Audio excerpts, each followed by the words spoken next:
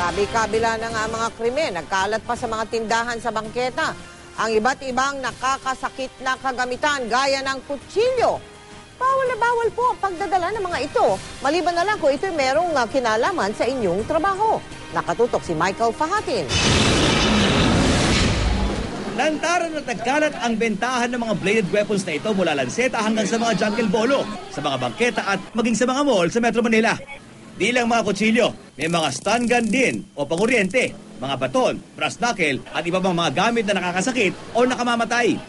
Sa ilalim ng batas malino na ipinagbabawal ang pagbitbit nito sa labas ng inyong bahay, napatago at maaari kang maaresto.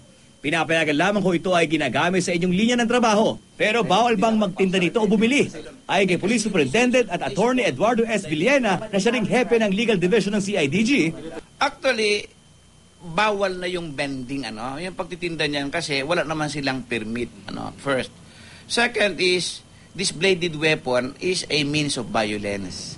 Yeah, you cannot just bend it without appropriate permit from the local government unit. That's the reason why, diyan ang dahilan kung bakit pag bumili ka, naglalakad ka, uhulihin ka. Sabihin mo, binibenta nga, ba't hindi mo uhulihin yung nagtitinda? Ay, ang pagtitinda, hindi illegal per se. Unlike ng baril na nirerehistro. Sa mga malalaking mall tulad nito, binibenta ang mga tactical knives na mamahalin na di may kakailan nakakasindak ang mga itsura at ginagamit ng mga militar at pulis. Pero pag civilian ba ang bibili? Bakit ka may dala? Na ito ay kailangan mo sa iyong hanap buhay. O ikaw ay magkakatay ng baboy, natural may dala kang kutsilyo. Pero kung ikaw ay ordinaryong mamamayang katulad natin, ay kailangan kumuha ka ng permisyo.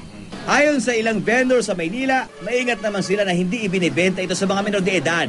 At may paalala naman sila sa mga nakatatandang bumibili nito. Basta ang kabilin-bilin ako lang, huwag gagamitin pang hold up, o huwag gagamitin sa kalokohan, dahil kami rin ang maapektuhan. Ganito rin ang dahilan ng mga bumibili ng mga gamit na ito.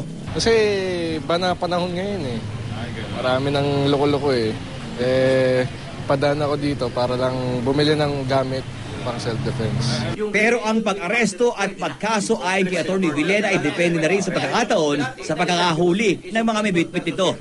Luma na raw kasi ang batas patungkol dito kaya dapat daw baguhin at pagtuunan ng pansin ng lehislatura.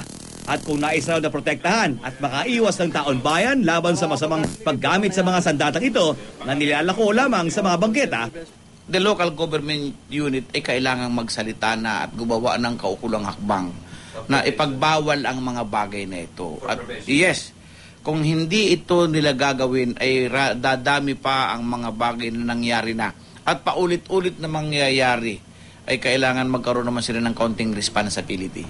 Michael Fahatin, nakatutok, 24 oras.